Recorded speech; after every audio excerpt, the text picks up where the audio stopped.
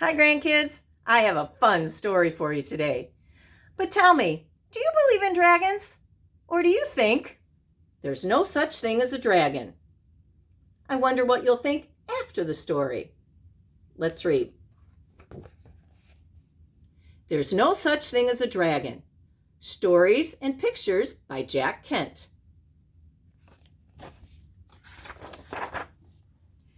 Billy Bixby was rather surprised when he woke up one morning and found a dragon in his room. It was a small dragon, about the size of a kitten. The dragon wagged its tail happily when Billy patted its head.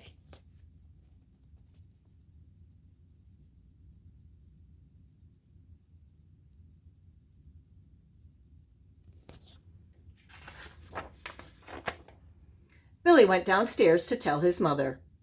"There's no such thing as a dragon," said Billy's mother, and she said it like she meant it.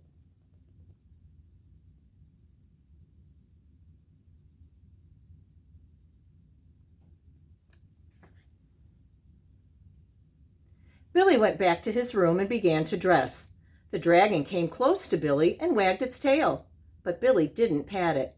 If there's no such thing as something, it's silly to pat it on the head.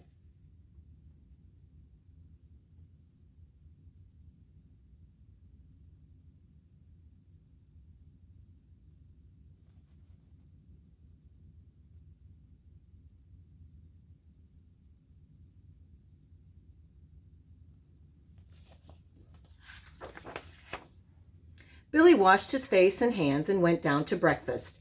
The dragon went along. It was bigger now, almost the size of a dog.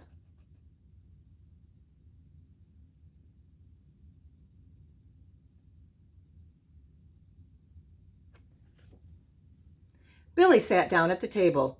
The dragon sat down on the table. This sort of thing was not usually permitted, but there wasn't much Billy's mother could do about it. She had already said there was no such thing as a dragon, and if there's no such thing, you can't tell it to get down off the table.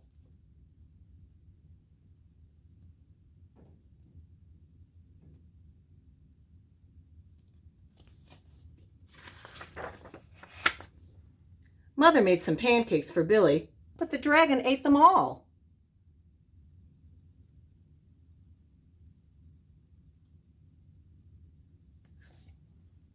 Mother made some more, but the dragon ate those too.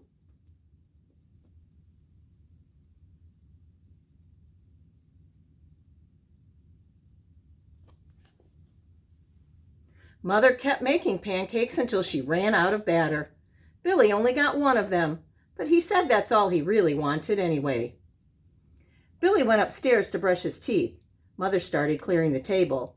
The dragon, who was quite as big as Mother by this time, made himself comfortable on the hall rug and went to sleep.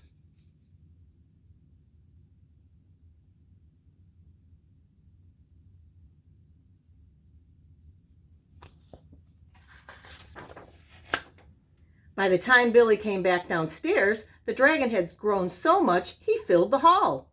Billy had to go round by way of the living room to get where his mother was. "I didn't know dragons grew so fast," said Billy. "There's no such thing as a dragon," said Mother firmly.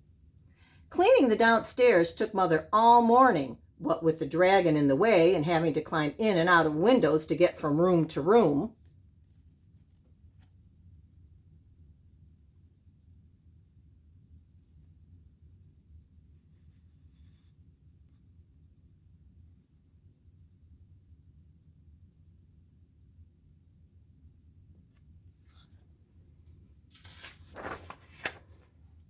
By noon, the dragon filled the house. Its head hung out of the front door, its tail hung out of the back door, and there wasn't a room in the house that didn't have some part of the dragon in it.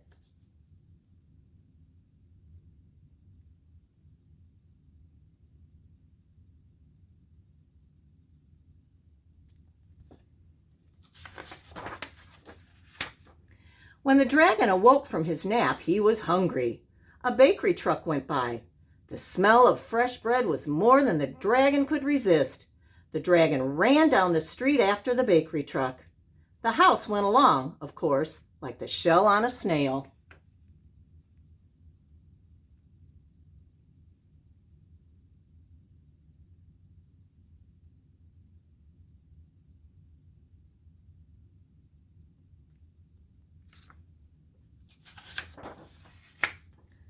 The mailman was just coming up the path with some mail for the Bixbys when their house rushed past him and headed down the street.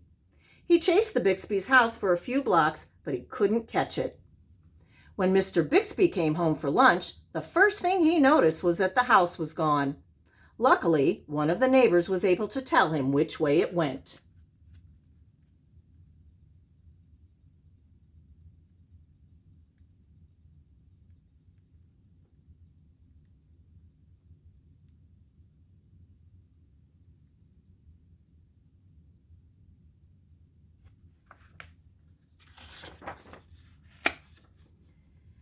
Mr. Bixby got in his car and went looking for the house. He studied all the houses as he drove along. Finally, he saw one that looked familiar. Billy and Mrs. Bixby were waving from an upstairs window.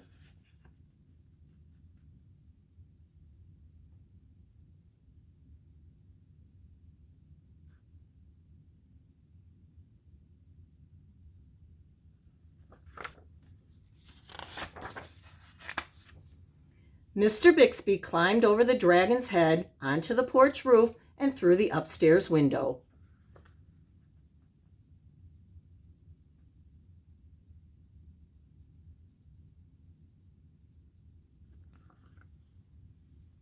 "How did this happen?" Mr. Bixby asked. "It was the dragon," said Billy.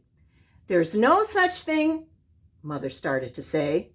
"There is a dragon," Billy insisted, "a very big dragon." And Billy patted the dragon on the head.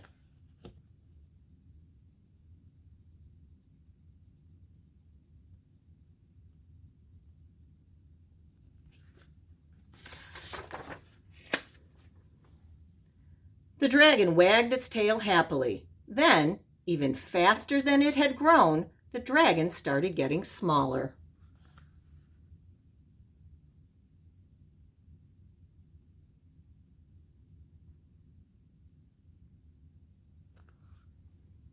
Soon it was kitten size again.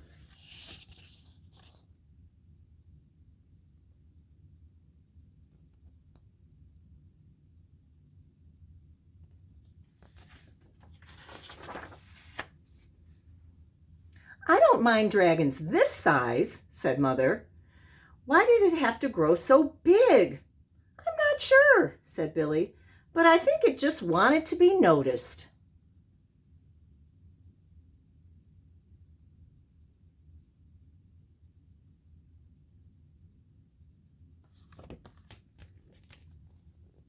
Do you think Billy was right?